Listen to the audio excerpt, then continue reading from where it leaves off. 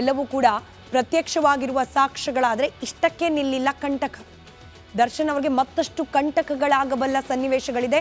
ಅದನ್ನು ಕೂಡ ನಿಮ್ಮ ಮುಂದೆ ಇಡುವ ಪ್ರಯತ್ನವನ್ನ ಮಾಡ್ತಾ ಹೋಗ್ತೀವಿ. ದರ್ಶನ್ ಪರ ಮಾತನಾಡಿದವರಿಂದಲೇ ಸಂಕಷ್ಟ ಇನ್ಫ್ಯಾಕ್ಟ್ ಹೆಚ್ಚಾಗಿರೋದು.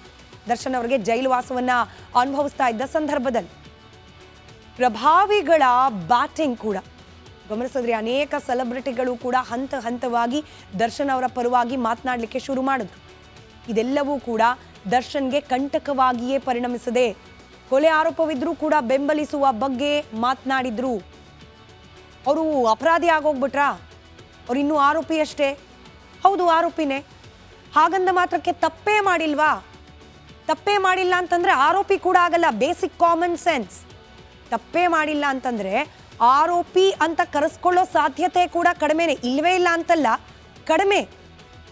ಆ ಜಾಗಕ್ಕೆ ಹೋಗೇ ಇಲ್ಲ, ನನಗೇನು ಗೊತ್ತೇ ಇಲ್ಲ, ಕೊಲೆಗೂ ನನಗೂ ಸಂಬಂಧ ಇಲ್ಲ, ಕೊಲೆ ಮಾಡಿದವ್ರಿಗೂ ನನಗೂ ಪರಿಚಯನೇ ಇಲ್ಲ, ಹೀಗೆಲ್ಲ ಇದ್ದಾಗ ಒಂದು ಪಕ್ಷ ಒಪ್ಪಬಹುದು, ಹೌದು ಈ ಆರೋಪಿಗೂ ಅಪರಾಧ ಪ್ರಕರಣಕ್ಕೂ ಸಂಬಂಧವೇ ಇಲ್ಲ ಅಂತ ಹೇಳಿ. ಇಲ್ಲಿ ಕೊಲೆಯಾದ ವ್ಯಕ್ತಿ ರೇಣುಕಾ ಸ್ವಾಮಿ ಯಾಕೆ ಕೊಲೆಯಾದ? ಪವಿತ್ರ ಗೌಡಗೆ ಮೆಸೇಜ್ ಕಳಿಸ್ದ ಅಂತ. ಪವಿತ್ರ ಗೌಡ ಯಾರು? ದರ್ಶನ್ನ ಫ್ರೆಂಡ್. ಬೇರೆ ಏನು ಪದ ಬಳಸೋ ಹಾಗಿಲ್ಲ, ಫ್ರೆಂಡ್. ದರ್ಶನ್ ಅವರ ಫ್ರೆಂಡ್ಗೆ ಮೆಸೇಜ್ ಕಳಿಸೋದಕ್ಕೆ ರೇಣುಕಾ ಸ್ವಾಮಿ ಕೊಲೆ ಆದ. ಹಾಗಾದ್ರೆ ದರ್ಶನ್ ಪಾತ್ರವೇ ಇಲ್ವಾ? Question mark. ಕೊಲೆ ಮಾಡಿದವ್ರು ಯಾರು? ಆರೋಪ ಹೊತ್ತಿರುವವರು ಈ 16 ಜನ ಇನ್ಕ್ಲೂಡಿಂಗ್ ಪವಿತ್ರ ಗೌಡ. ಇವರೆಲ್ಲರೂ ಕೂಡ ದರ್ಶನ್ಗೆ ಗೊತ್ತಿರುವವರೇ. ಪಾತ್ರ ಇಲ್ವೇ ಇಲ್ವಾ ದರ್ಶನ್ದು? ಆರೋಪಿ ಅಂತ ಕೂಡ ಕರೆಯೋ ಹಾಗಿಲ್ವಾ ದರ್ಶನ್ಗೆ? ಹಿಂಗೆ ಕರಿಬೇಡಿ ಅವ್ರೇನು ಮಾಡಿಲ್ಲ ಅಂತ ಮಾತನಾಡ್ತಿದ್ದವರಿಂದಲೂ ಕೂಡ ದರ್ಶನ್ಗೆ ಕಂಟಕ. ನಟ ನಟಿಯರು, ರಾಜಕೀಯ ನಾಯಕರು, ಬೆಂಬಲವಾಗಿ ನಿಂತವರು ದರ್ಶನ್ಗೆ ಉರುಳಾಗ್ತಿದ್ದಾರೆ. ದರ್ಶನ್ ತಪ್ಪು ಮಾಡಿಲ್ಲ ಅನ್ನೋ ರೀತಿಯಲ್ಲಿ ಕೆಲವರು ಹೇಳಿಕೆಯನ್ನ ನೀಡಿದ್ರು. ಇವ್ರ ಮೇಲೂ ಕೂಡ ಪೊಲೀಸ್ ಇಲಾಖೆ ಇದೀಗ ಕಣ್ಣಿಟ್ಟಿದೆ. ದರ್ಶನ್ ಪರ ಮಾತನಾಡಿದವರ ಪ್ರತಿ ಹೇಳಿಕೆಯನ್ನ ಸಂಗ್ರಹಿಸಿದ್ದಾರೆ ಪೊಲೀಸರು. ದರ್ಶನ್ ಪರ ಹೇಳಿಕೆಗಳ ಪೇಪರ್ ಕಟಿಂಗ್ಸ್ ಕೂಡ ಕಲೆಕ್ಟ್ ಮಾಡಿಕೊಂಡಿದ್ದಾರೆ. ಎಲ್ಲ ಹೇಳಿಕೆಗಳನ್ನ ಸಂಗ್ರಹಿಸಿ ಇಟ್ಕೊಂಡಿದ್ದಾರೆ ಪೊಲೀಸರು. ದರ್ಶನ್ ಬೇಲ್ಗೆ ಅರ್ಜಿ ಹಾಕಿದ್ರೆ ಪೊಲೀಸರು ಇದೆಲ್ಲವನ್ನ ಕೂಡ, ಅಂದ್ರೆ ಅವ್ರ ಹತ್ರ ಕಲೆಕ್ಟ್ ಮಾಡ್ಕೊಂಡಿರೋ ಎಲ್ಲವನ್ನ ಕೂಡ, ನೋಡಿ ಸ್ವಾಮಿ, ಒಳಗಿದ್ರೂ ಕೂಡ ಪರಪ್ಪನ ಅಗ್ರಹಾರ ಕಾರಾಗೃಹದಲ್ಲಿದ್ರೂ ಕೂಡ ಹೊರಗಿರೋರೆಲ್ಲ ಇವ್ರಿಗೆ ಬೆಂಬಲವಾಗಿ ನಿಂತಿದ್ದಾರೆ. ಅಷ್ಟು ಪ್ರಭಾವಿ ಜೈಲಿನಲ್ಲಿರುವ ಈ ಆರೋಪಿ ದರ್ಶನ್ ಇದ್ದಾರಲ್ಲ, ಅಷ್ಟು ಪ್ರಭಾವಿ. ಒಳಗಿದ್ರೂ ಆಚೆ ಹವಾ ಮೇಂಟೈನ್ ಮಾಡಿದ್ದಾರೆ. ಇನ್ನು ಹೊರಗೆ ಬಂದ್ಬಿಟ್ರೆ, ರಿಲೀಸ್ ಆಗಿ ಆಚೆ ಬಂದ್ಬಿಟ್ರೆ, ಬೇಲ್ ಮೇಲೆ ಆಚೆ ಬಂದ್ಬಿಟ್ರೆ, ಒಳಗಿದ್ದೇ ಇಷ್ಟೆಲ್ಲ ಮಾತನಾಡಿಸ್ತಿದ್ದಾರೆ. ಇನ್ನು ಆಚೆ ಬಂದ್ಬಿಟ್ರೆ ಸುಮ್ಮನೆ ಇರ್ತಾರಾ? ಹಿಂಗಾಗಿ ಈ ಎಲ್ಲ ಹೇಳಿಕೆಗಳನ್ನ ನೀವು ಗಮನಿಸಿ ಅವ್ರಿಗೆ ಬೇಲ್ ಕೊಡಬೇಡಿ. ನೀವೇ ಆಡಿದ ಮಾತು. ದರ್ಶನ್ ಅವರ ಘನತೆವೆತ್ತ ಅಭಿಮಾನಿಗಳೇ, ಅವರಿಗೆ ಸಪೋರ್ಟ್ ಆಗಿ ನಿಂತು ಮಾತನಾಡಿದ ಸೆಲೆಬ್ರಿಟಿಗಳೇ, ಬೆಂಬಲವಾಗಿ ಪ್ರತ್ಯಕ್ಷವಾಗಿ ಪರೋಕ್ಷವಾಗಿ ನಿಂತ ರಾಜಕಾರಣಿಗಳೇ, ನಿಮ್ಮೆಲ್ಲರ ಮಾತು ದರ್ಶನ್ ಅವರ ಬೇಲ್ ಅಪ್ಲಿಕೇಶನ್ಗೆ ಮುಳುವಾಗುವ ಸಾಧ್ಯತೆ ಇದೆ. ಯಾಕೆ? ಪೊಲೀಸರು ನಿಮ್ಮೆಲ್ಲರ ಹೇಳಿಕೆಯನ್ನ ಅಸ್ತ್ರವಾಗಿ ಬಳಕೆ ಮಾಡಿಕೊಳ್ಳೋ ಸಾಧ್ಯತೆ ಇದೆ. ಪೊಲೀಸರ ಉಲ್ಲೇಖ, ನಿಮ್ಮೆಲ್ಲರ ಹೇಳಿಕೆ ಸ್ವರೂಪ ಪಡ್ಕೊಳ್ಳುತ್ತೆ. ಇನ್ನು ತನಿಖೆ ಸಾಕ್ಷ್ಯಗಳ ಸಂಕಷ್ಟದ ಜೊತೆಗೆ ಹೇಳಿಕೆಯಿಂದ ಕಂಟಕ ಆಗೋ ಸಾಧ್ಯತೆ ಕೂಡ ಇದೆ. ದರ್ಶನ್ ಅವರಿಗೆ ಪ್ರಭಾವಿಗಳ ಹೇಳಿಕೆ ಸಮೇತ ಪೊಲೀಸರಿಂದ ಅಬ್ಜೆಕ್ಷನ್ ರೂಪದಲ್ಲಿ ಆಚೆ ಬರೋ ಸಾಧ್ಯತೆ ಇದೆ. ಕಾದ್ ನೋಡೋಣ ಏನೆಲ್ಲ ಆಗತ್ತೆ ದರ್ಶನ್ ಪ್ರಕರಣದಲ್ಲಿ ಅಂತ ಹೇಳಿ. ಜಗ್ಗು ಎದೆಯಲ್ಲಿ ಅವಲಕ್ಕಿ ಕುಟ್ಟಿದಂತಾಗಿದೆ. ಇನ್ನು ದರ್ಶನ್ ಪರವಾಗಿ ಮಾತನಾಡಿದವರಿಂದಲೇ ದಾಸನಿಗೆ ಸಂಕಷ್ಟ ಎದುರಾಗುತ್ತೆ ಎನ್ನಲಾಗ್ತಾ ಇದೆ. ಗಂಡನನ್ನ ಉಳಿಸಿಕೊಳ್ಳಲು ವಿಜಯಲಕ್ಷ್ಮಿ ಮಾಡಿದ ಪೂಜೆ, ಹರಕೆ, ಹೋಮಗಳು ನೀರಿನಲ್ಲಿ ಹೋಮ ಆಗುತ್ತಾ ಅನ್ನೋ ಆತಂಕ ಹೊರ್ಕೆ ಅಭಿಮಾನಿಗಳನ್ನ ಕಾಡ್ತಾ ಇದೆ. ದರ್ಶನ್ ಜೈಲು ಸೇರ್ತಾ ಇದ್ದಂತೆ ಆತನ ಪರ ಕೆಲ ಪ್ರಭಾವಿಗಳು ಮಾತನಾಡಿದ್ದು, ದರ್ಶನ್ ತಪ್ಪು ಮಾಡಿಲ್ಲ ಅನ್ನೋ ರೀತಿ ಕೆಲವರು ಹೇಳಿಕೆ ನೀಡಿದ್ದೆ ಕಾಟೇರಾಗೆ ಕಂಟಕವಾಗಿ ಕಾಡಲಿದೆಯಂತೆ.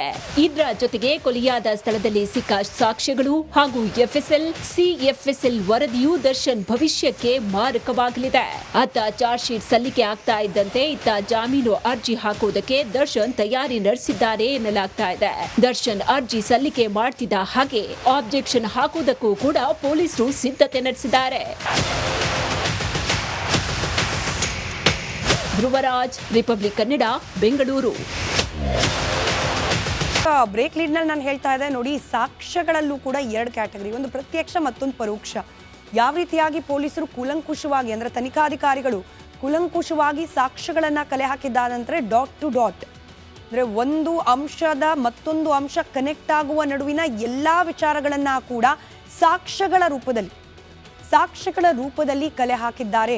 ಇದನ್ನೇ ಮುಂದಿಟ್ಕೊಂಡು ಚಾರ್ಜ್ ಶೀಟ್ ಸಲ್ಲಿಕೆ ಮಾಡಿ ಕೋರ್ಟ್ನಲ್ಲಿ ನಾಳೆ ದಿನ ಈ ಪ್ರಕರಣ ಬಂದಾಗ ತನಿಖಾಧಿಕಾರಿಗಳಿಂದ ಯಾವುದೇ ರೀತಿಯ ಲೋಪ ಆಗಿಲ್ಲ ಅನ್ನೋ ರೀತಿಯಲ್ಲಿ ಸುವ್ಯವಸ್ಥಿತವಾಗಿ ಚಾರ್ಜ್ ಶೀಟನ್ನು ಸಲ್ಲಿಕೆ ಮಾಡಲಿಕ್ಕೆ ಸಿದ್ಧತೆಯನ್ನು ಮಾಡಿಕೊಂಡಿದ್ದಾರೆ. ಹಾಗಾದರೆ ಯಾವ ರೀತಿ ಸಾಕ್ಷ್ಯದ ಸುಳಿಯಲ್ಲಿ ಸಿಲುಕಾಕೊಳ್ಳೋ ಸಾಧ್ಯತೆ ಇದೆ ದರ್ಶನ್, ಯಾವೆಲ್ಲ ಅಂಶಗಳು ಉರುಳಾಗುವ ಸಾಧ್ಯತೆ ಇದೆ ಗಮನಿಸ್ತಾ ಹೋಗೋಣ. ಮೊದಲಾಗಿ ಪ್ರತ್ಯಕ್ಷವಾಗಿ ರೇಣುಕಾಸ್ವಾಮಿ ಕೊಲೆಯಾದ ಸ್ಥಳದಲ್ಲಿ ದರ್ಶನ್ ಇದ್ರೂ ಪಟ್ಟಣಗೆರೆಯ ಆ ಇನ್ಫೇಮಸ್ ಶೆಡ್, ಅದರಲ್ಲಿ ದರ್ಶನ್ ಇದ್ರೂ ಅನ್ನೋದಕ್ಕೆ ಬೇಕಾದ ಸಾಕ್ಷ್ಯಗಳೆಲ್ಲವನ್ನ ಕೂಡ ತನಿಖಾಧಿಕಾರಿಗಳು ಕಲೆ ಹಾಕಿದ್ದಾರೆ.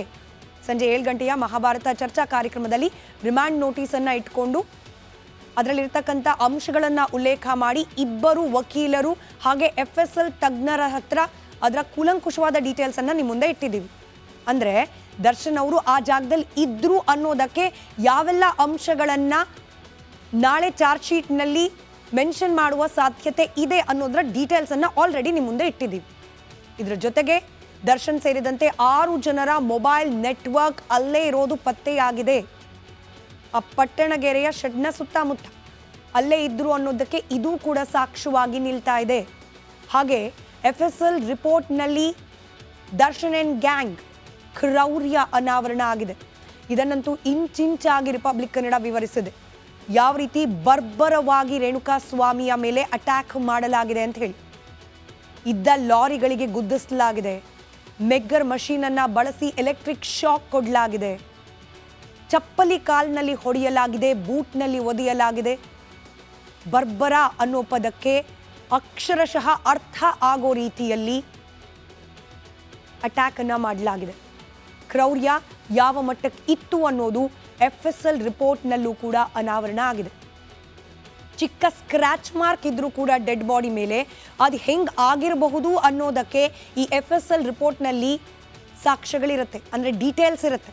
ಚಿಕ್ಕ ಸ್ಕ್ರಾಚ್ ಮಾರ್ಕ್ ಆಗಿದ್ರೂ ಕೂಡ ಅಂಥದ್ರಲ್ಲಿ ರೇಣುಕಾಸ್ವಾಮಿ ದೇಹದ ಮೇಲೆ ಅದೆಷ್ಟು ಗುರುತುಗಳು, ಯಾವ್ಯಾವ ರೀತಿಯಲ್ಲಿ ಆದ ಅಟ್ಯಾಕ್ನ ಗುರುತುಗಳು, ಇದೆಲ್ಲದರ ಡೀಟೇಲ್ಸ್ ಕೂಡ FSL ರಿಪೋರ್ಟ್ನಲ್ಲಿ ಅಡಕವಾಗಿದೆ.